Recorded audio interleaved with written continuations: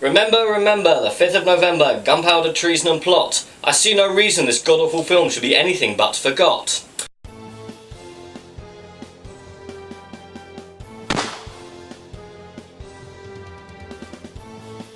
My name's Miles, Daniel Miles, and this is a retro dunking of V for Vendetta.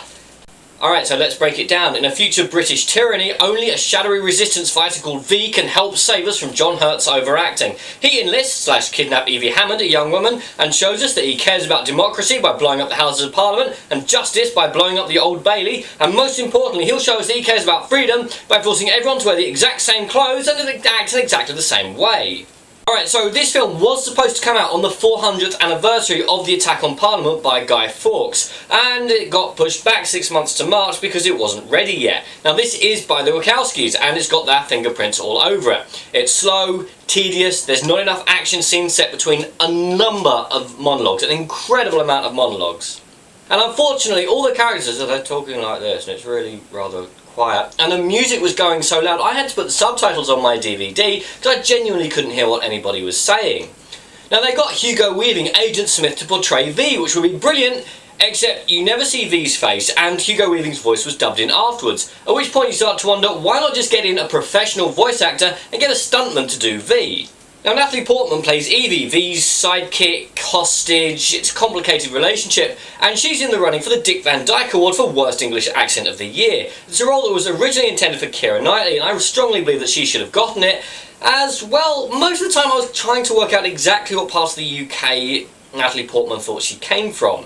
In a brilliant piece of casting, John Hurt, who was Winston Smith in 1984, is now the evil overlord chancellor of V for Vendetta, which is a brilliant piece of casting. Unfortunately, no one told him to calm down. He is literally just a shouty head on a big screen. No subtlety, no impact, just a big shouty head telling people to do things. He may as well have been replaced with a text screen. This film does feature a largely British cast, including a fantastic role by the wonderful Stephen Fry. Unfortunately, I could not tell you anybody's name if you put a gun to my head, and to be honest, I actually found the film rather a drag. It's very, very easy for the plot to just disappear and for you to be sitting there going, that's a coincidence, that's a coincidence, that's a coincidence.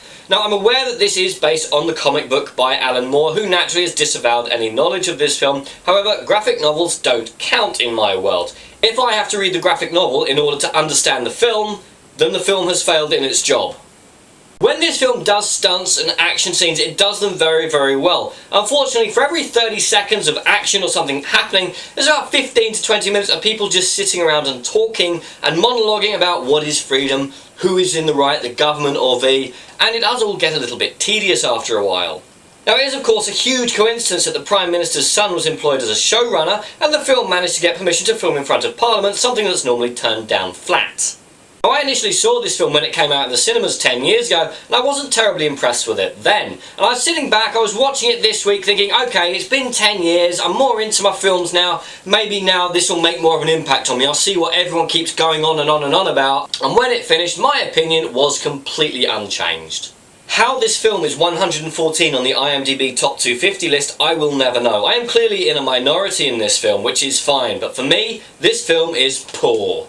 It's got some good casting decisions, and when it does get going, it's pretty good, and it's handled pretty well, but for most of it, it's just a dull, tedious slog.